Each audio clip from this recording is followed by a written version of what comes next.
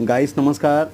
गर्मी को बढ़ते हुए जितने भी सीलिंग फ़ैन हैं सभी के काम तेज़ी से स्टार्ट हो गया है और पहले की अपेक्षा अब सीलिंग फ़ैन को कॉइल बेंडिंग करने में मशीन के द्वारा कितना आसान हो गया है। आप लाइव वीडियो में देख रहे हैं कि पहले हाथ से लपेट लपेट के बांधा जाता था, लेकिन अब मशीन के द्वारा जो कॉइल बेंडिंग जो हो रहा है